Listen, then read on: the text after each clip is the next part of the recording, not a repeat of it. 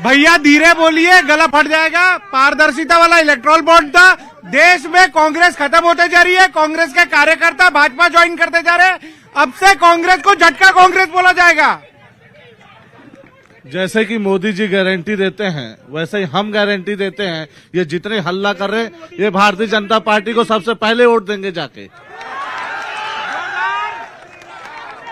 मैं कांग्रेस से पूछना चाहता हूं कि पिछले मैनिफेस्टो में इन्होंने 72,000 रूपये देने की बात की थी और अभी ये लोग 1 लाख देने की बात कर रहे हैं। वो कहां से देंगे, कैसे करेंगे? बार बार एक ही आदमी थोड़ी आगे आएगा। नहीं मैम, ये सवाल मैं पूछना चाहता हूं बीजेपी वालों से।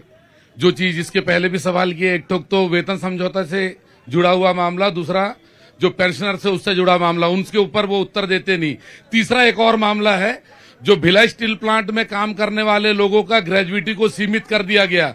मामला इसीलिए ये उठ रहा है कि भिलाई स्टील प्लांट और उसका सराउंडिंग एरिया इसीलिए फलता फूलता है जब यहाँ पर क्रय शक्ति बढ़ती है, और क्रय शक्ति खत्म करती जा रही है। अभी जो केंद्र में सरकार है, क्रय शक्ति यदि खत्म होगी तो भिलाई का हालत खराब होगी। ठीक है, मेरा ये कहना है कि कांग्रेस भाजपा दोनों से ये कहना है कि जब कांग्रेस की सरकार थी तो क्या बोलते, भूपेश बघेल जी ने गंगा जल की कसम खा के कहा था कि मैं दारू बंद करूंगा।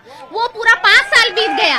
वो 5 साल में उसका कोई महत्व रहा ही नहीं इस गंगा जल का, जिसको हम लोग बहुत ज्यादा मानते हैं। और अब विष्णु जी साहे जी मुख्यमंत्री बने हैं, आज वो क्या कर रहे हैं, वो नया दारू लॉन्चिंग किए हैं। हाँ, साए करके गंगा जल लेकर कसम खाई थी, क्या हुआ? और नया ब्रांड लॉन्च कर रहे हैं क्या? नहीं, ऐसा नहीं है। भूपेश सरकार जो बेतहाशा 2 काउंटर खोल करके जो शराब नीति लागू किया था, जिसके कारण से 2,000 करोड़ रुपए किसने घोटाला किया और बहुत से इनके लोग जेल में हैं। अब उसके बाद नया नीति बना करके लाया जा रहा है। सब कोई दारू लॉन्च नहीं किया जा रहा है। प्रश्न आपका क्या है? प्रश्न ये, क्या हुआ? गंगा जल की जो कसम खाई थी, राजस्व की मजबूरी थी क्या? और जो हुई गंगा की नाम से याद आता है जो कोरोना काल में सैकड़ों हजारों लाशें बहती थी, वो कोविशील्ड याद आता है। गंगा की सफाई का क्या हुआ? वो भ्रष्टाचार याद आता है जो कोविशील्ड में किया। वो भ्रष्टाचार याद आता है जो हमारे सांसद में अभी फ्लाईओवर चालू नहीं हुआ, फ्लाईओवर बंद हो गया, फ्लाईओवर चालू नहीं हुआ, फ्लाईओवर बंद हो गया। मैडम, ये जो हमारे माननीय मोदी जी बोलते हैं, उनका एक बहुत अच्छा भाषण वायरल हुआ था, मैं देश नहीं बिकने दूंगा, है ना? तो ये जो अडानी को बेच रहे हैं, ये इनके मामा है क्या? ये जो अडानी को बेचा यहीं पे एसीसी में, इनके मामा है क्या? देश कैसे नहीं बिका, मैं जानना चाहता हूँ। देश बिका है, हर जगह बिका है, बस प्राइवेटाइजेशन के नाम पर अडानी और अंबानी। कांग्रेस कह रही है छत्तीसगढ़ में विकास हुआ। अगर विकास हुआ होता तो ये दोबारा सरकार में क्यों नहीं आते? और सुनिए मैडम, एक मिनट। और ये जितने कांग्रेसी बोल रहे हैं वो वही बोल रहे हैं जो मोदी जी का दिया हुआ आवास में रहते हैं, मोदी जी का भोजन किए करते हैं। सुनिए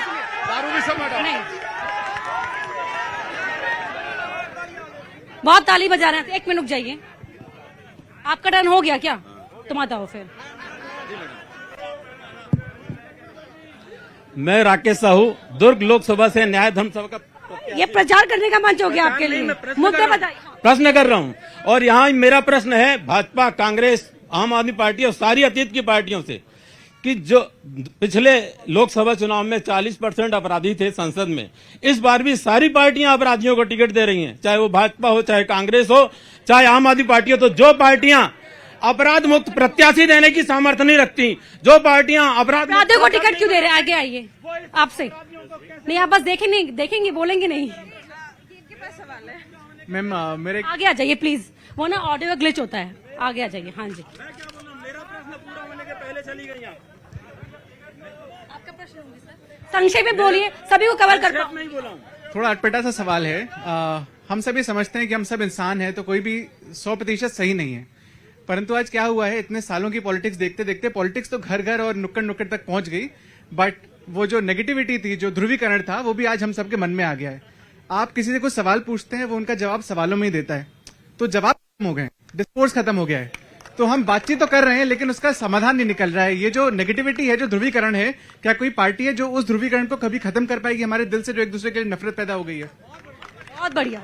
हाँ, मेरा सवाल यही है, शॉर्ट में, मेरा सवाल यही है कि जो शॉर्ट में। अरे शॉर्ट में ही बोल रहा हूँ भाई, आप बहुत शॉर्ट कर देती हैं। जो राजनीतिक दल अपराध मुक्त प्रत्याशी नहीं दे पाए, अपराध मुक्त संसद नहीं, वो तो गया अपराध मुक्त। नहीं नहीं नहीं, इतना लंबा टाइम नहीं है मेरे पास, इतना लंबा समय नहीं है। नहीं, 2014 के पहले का हिंदुस्तान, ये अपराधियों से कैसे बचा ये राजनीतिक दल अपराधियों से कैसे बचा सकते हैं जब अपराधी संसद मतलब ये चुनाव नेता 2014 के पहले का हिंदुस्तान और 2014 के बाद के हिंदुस्तान को देख लेंगे, तीन कांग्रेसियों को समझ में आ जाएगा कि मोदी जी ने क्या क्या विकास किया। और निश्चित रूप से आज पूरा भारत देश पूरा विश्व का सिरमौर बनने जा रहा है और 2047 तक भारत देश को पूर्ण विकसित राष्ट्र बनाने के लिए जो संकल्प 2047 की बात करें, 47 की। आइए सर, हटिए, माइक मेरे पास।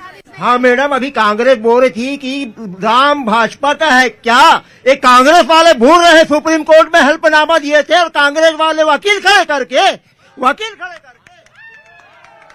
मैं भाजपा से पूछना चाहता हूं, उनके प्रतिनिधि से, आपने वादा करके आया था कि सबके पॉकेट में 15 लाख रुपए भेज देंगे, कहां है? 2 करोड़ लोगों को रोजगार देने की बात थी, भिलाई स्टील प्लांट में रोजगार बंद है। बहुत बड़ी 45 साल के रिकॉर्ड आपने तोड़ दिया है। कल कारखानों को बेचने के लगे हुए हैं। शॉर्ट में आप इसका जवाब। ठीक है, 1 मिनट। पहली बात, एक सवाल तो वो नेगेटिविटी पर था, नेगेटिविटी खत्म करने के लिए क्या करेगी बीजेपी सरकार? देखिए, उसने पूछा है जब ये मनमोहन सिंह की सरकार थी उस समय ये कालाधन के रूप में विदेश में जमा था, तो मोदी जी ने उस समय कहा था कि ये पैसा अगर हमारे भारत देश में आएगा तो सबके जेब में 15 लाख जा सकता है। ये पूरा कालाधन वापस आ गया है, अब उससे अब हमारे भारत देश का अच्छा विकास। वो कह रहे हैं कालाधन वापस आ गया। आखिरी मिनट है, आखिर में। जी जी जी, कालाधन वापिस नहीं आया, इलेक्ट्रल बॉन्ड के रूप में कालाधन वापिस आया है। मैं किसान हूँ, ये कांग्रेस भूपेश बघेल बताइए, जो हमारा एक बार का बोनस जो दबा बैठे हैं वो अपना घर बेच के देंगे क्या? हमारा बोनस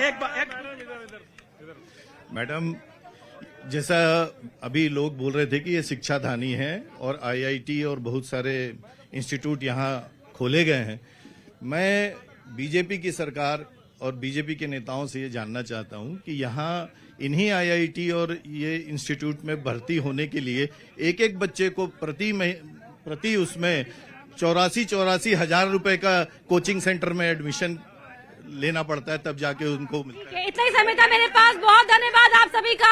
तमाम सवाल लेने की कोशिश करी मैंने और चुनाव एक्सप्रेस का सफर लगातार चलता रहेगा। जनता को तय करना है कि वो किसको चुनती है अगले 5 सालों के लिए। बहुत बहुत धन्यवाद आप सभी का।